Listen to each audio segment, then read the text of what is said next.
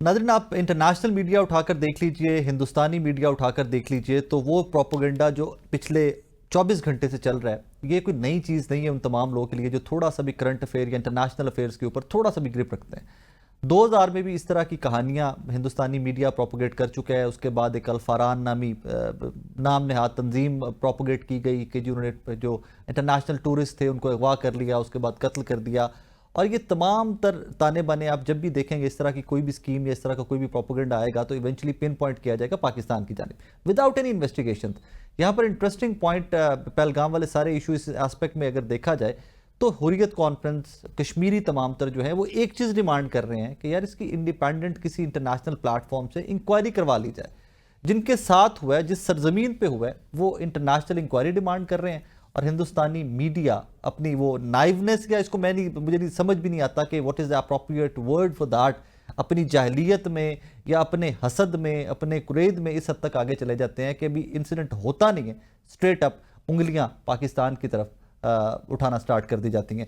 Major general retired Zahid Mahmood साहब मेरे साथ स्टूडियो मौजूद है। जल साहब सामने सर, थैंक यू सर, खैरियत से? Good, thank you sir. Before it के इसकी तरह निटी ग्रिटी में आए सर, 2000 वाला वाक्य आपको याद आ हो गया, क्लिंटन का विजिट, जेडी वैंस का विजिट नाउ, और बहुत सारी सिमिलरिटीज हैं eight once.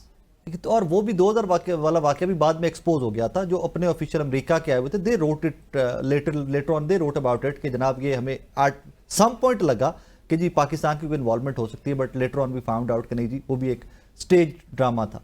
Don't you think ये भी उसी तरह की एक अटेम्प्ट है? जी, आप बिल्कुल एक्चुअली साकिब देखने की ज़रूरत है कि हमारे रीजन की internationally situation is so evolving, इतनी इवॉल्व हो रही है। और प्रॉबली जो एप्लीकेशन है हिंदुत्व माइंडसेट की पाकिस्तान के ख़िलाफ़ ख़ास तौर पे, और इस रीजन में उनकी जो एप्लीकेशन है, इसके भी ताने बाने मुझे मिलते हुए नज़र आ रहे हैं। जो टेसिट अप्रूवल्स की हम बातें करते हैं, ये जो को इंसिडेंट्स हैं, सो एक्सट्रीमली वेरी वेल क्राफ्टेड एक एप्लीकेशन हुई है पाकिस्तान के खिलाफ। और हम पाकिस्तान जो है इस तरह की एप्लीकेशन के लिए 24/7 बिल्कुल तैयार रहता है। हम लोग मिलिट्री में रहे हैं, हम लोग जब वॉर गेम्स भी करते हैं, जब चीज़ें देखते हैं तो हम हमेशा अपनी एक्सरसाइजेज में, वॉर गेम्स, हर चीज़ में यही देखते हैं कि एक इसी तरह का फॉल्स फ्लैग ऑपरेशन किया जाएगा, कैसस बनाया जाएगा और कुछ ना कुछ मिस एडवेंचर नहीं, मिस एडवेंचर किया जाएगा। क्योंकि पास्ट में भी उन्होंने इस तरह के मिस एडवेंचर्स किए हैं। पुलवामा के बाद भी हमने देखा, उससे पहले देखा। बाकी पैटर्न वही है, चाहे समझौता एक्सप्रेस हो, पुलवामा हो, उसके बाद आपने इनकर्जन्स देखी हैं, उसके बाद आप यहाँ पर पहुंचे। देखिए, समझने की हमारी ज़रूरत है साकिब के, जब वो कन्वेंशनल डोमेन में वो देख रहा है कि पाकिस्तान को हम डिफीट नहीं कर पा रहे, अपने डिज़ाइंस और जो डिज़ाइंस उन्होंने बेचने हैं किसी बिग पावर्स को, इस being a watch dog in the Indo Pacific strategy, तो वो उसने भी शोकेस कर रहा है कि देखिए जी, मुझे आपकी सपोर्ट की ज़रूरत है अगर आपने अपना काम मुझसे करवाना है, जिसके लिए मैंने अपने आप को। तो उससे भी थोड़ा सा मुझे ज़ाती तौर पे लगता है कि कुछ लिंकेजेस समझ आती है। क्योंकि जेडी वैंस का होना, अपनी भारतीय नजाद वाइफ के साथ इस वक्त वहाँ पे प्रेजेंट होना, मोदी साहब का सऊदी अरेबिया में होना, और फिर इस ड्रामे में वो जो तड़का लगाया जाता है ना जी कि हम तो इमीडिएटली वापस जा रहे हैं, और क्योंकि एयरपोर्ट के ऊपर जी इससे बड़े बड़े वाकयात हुए हैं। मणिपुर में इससे ज्यादा लोग एक दिन में मारे जाते हैं। जो 7 सिस्टर्स हैं उनकी इससे बड़े बड़े इंसिडेंट होते हैं। तो कभी हमने इतनी हाइप, इस तरह की कोई चीज नहीं देखी जो उनके इंटरनल फेलियर होते अगर ये मारे गए। बट इसमें गुजरात का सान्या, जी हाँ, गुजरात का सान्या, इससे भी बड़ा सान्या था। और फिर वही उसी तरह का ड्रामा, उसी तरह का कहीं ना कहीं अपने निशान छोड़ जाते हैं। कमेंट्री मीडिया की बिग स्पोर्ट, समझौता एक्सप्रेस में हमने साकिब देखा कि अभी इवेंट हुआ ही नहीं, और उसके फौरन 5-7 मिनट के बाद कमेंट्री ऐसी शुरू हो गई एज इफ उसी ट्रेन में एक बोगी में ये भी बैठे हुए थे। There is a design. और उसके एग्जैक्ट कल भी यहाँ पे गई हुआ है कि जैसे ही रिपोर्ट्स, इनिशियल रिपोर्ट्स आना स्टार्ट हुई हैं, बिफोर इट के जो ऑन स्पॉट लोग थे वो रिपोर्ट करते, इंडियन मीडिया ने एक डिफरेंट लाइन स्टार्ट कर। और फिर देखिए, more than 400 channels, host, guest, एक ही नैरेटिव।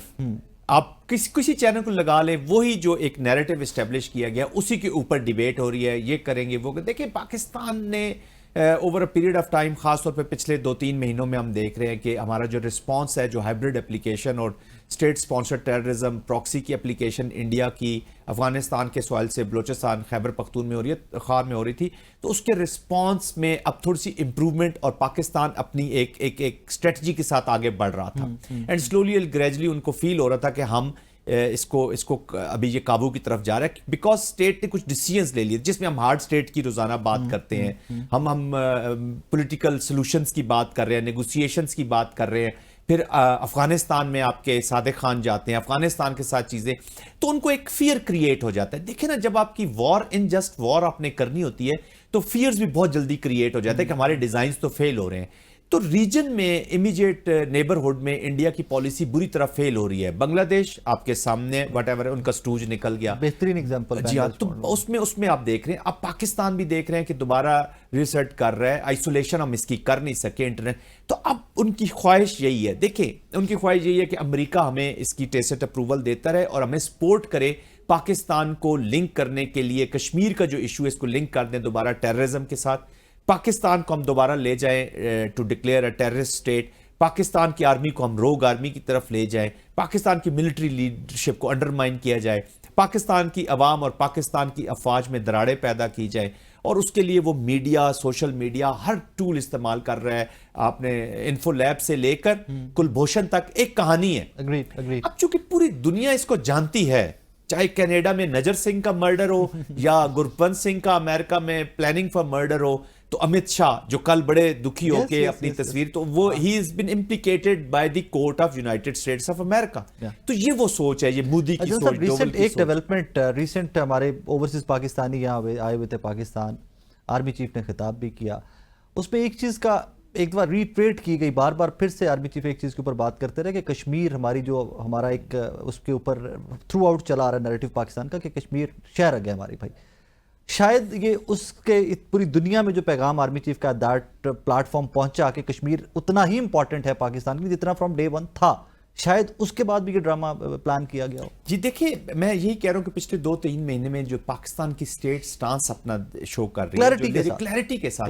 देखिए साकिब साहब, ये आर्मी चीफ को छोड़ दें, पाकिस्तान का बच्चा एक छोटे से लेके बड़े तक हम सबका एक, ये देखिए हमारा जिस्म है, हमारी रूह और हमारा दिल कश्मीर है। Fair enough. तो वी आर नॉट अलाइव, हमारा it is unfinished agenda Kashmir पे। देखिए, दो ही तो ऑब्जेक्टिव्स है भारत के, हमारे से दो ही ख्वाहिशें हैं, उनकी जो नन्ही छोटी दो ख्वाहिशें हैं कि पॉलिसी कैप्चुलेशन, कश्मीर भूल जाएं आप, एंड न्यूक्लियर आप जमा करा दें, और फिर आप रहे यहाँ पे, आप भी कश्मीर से निकल जाए, आप भी न्यूक्लियर जमा करा दें, फिर बैठ के बात कर लेंगे। It is not gonna happen. देखिए, पाकिस्तान ने इतनी बड़ी मिलिट्री की हुई है, रखी हुई है। पाकिस्तान ने in spite of all the international pressures, all the sanctions, under sanctions, हमने अपने प्रोग्राम्स परसू किए हैं। It is only India specific, हमारा न्यूक्लियर प्रोग्राम, हमारा मिसाइल प्रोग्राम, हमारी फौज इंडिया स्पेसिफिक है to pursue the peace in the region. Fair enough. हम तो इसके लिए तो इस पे कंप्रोमाइज हो ही नहीं सकता। इसमें जो देखने वाली बात है, सबसे बड़ा जुल्म जो मोदी साहब ने किया अपने हिंदुस्तान की आवाम के साथ किया। स्टोरी उन्होंने बनाई है, उन्होंने सब कुछ लिखा है। अगला सवाल भी यही था, उन्होंने ये जो स्टोरी लिखी है, जो ये ड्रामा स्क्रिप्ट लिखा है, ये लिखा है हिंदुस्तान की आवाम के खून की स्याही से। उन्होंने अपने ही लोग मारे हैं, उसी के खून की स्याही को इस्तेमाल किया है। पहले मारते हैं, पता नहीं कितने अभी और मारेंगे। तो ये नॉट दिस कि मैं पाकिस्तान के एक पाकिस्तानी या एक सोल्जर होने के नाते मैं ये इंडियन अवाम से कहूंगा कि आपकी ये जो फेनेटिक वॉर के ऊपर बेस करके अपनी पॉलिटिक्स करते, क्योंकि अब इंटरनली उनकी पॉलिटिक्स भी वीक हो रही है। कुछ ही दिन पहले वो राहुल गांधी को ट्रेटर कह रहे थे जी, वो कहते हैं जी राहुल गांधी ट्रेटर है। अब जो भी उनकी अपोजिशन करते हैं, आप मीडिया में जरा उनके खिलाफ अपने मीडिया के कभी कभी आप अपने रोने रोते हैं कि जी हमारा मीडिया पे, आप जरा इंडिया में जाके देखें उनका मीडिया जरा पॉलिसी से हट के कोई बयान दे ले, देख ले। मैं देखता हूँ कि आप कैसे चले, आपने हमारे मीडिया के बीच में बात करी, हमारी पॉलिसी डिफाइंड नहीं है ना, ये प्रॉब्लम है यहाँ पर भी जिस चीज। आज let's not talk about that. मैं जल्द से पॉसिबल रिस्पांस की तरफ भी मुझे आना है, लेकिन उससे पहले एक चीज ऑब्वियसली आप बड़ा क्लोजली ऑब्जर्व कर रहे होंगे, नागालैंड, कर्नाटका, इवन पंजाब का कितना बड़ा इशू है, हिंदुस्तानी पंजाब का। सिख पूरी दुनिया के अंदर पहुंचे, हर जगह पे वो एक अलग से मुल्क के लिए मांग कर रहे हैं। उन तमाम इशूज से मुझे एट टाइम्स फील आती है कि उन तमाम इशूज से तवज्जो हटाने के लिए भी मोदी सरकार टाइम टू टाइम इस तरह के ब्लंडर करती रहती है?